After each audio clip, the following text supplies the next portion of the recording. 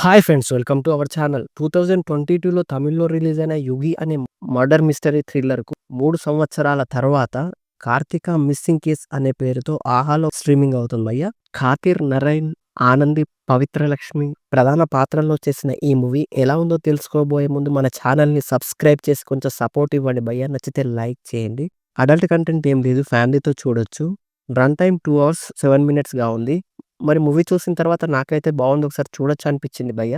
ఇంతకీ కథేంటంటే, కార్తిక అనే అమ్మాయి మిస్సింగ్ కేస్ ఇన్వెస్టిగేషన్ చేసే ఓ డిటెక్టివ్ టీమ్‌కి ఎలాంటి విషయాలు తెలిసాయి? అసలు కార్తిక ఎవరు? తర్వాత ఏం జరిగింది? అనేది స్టోరీ.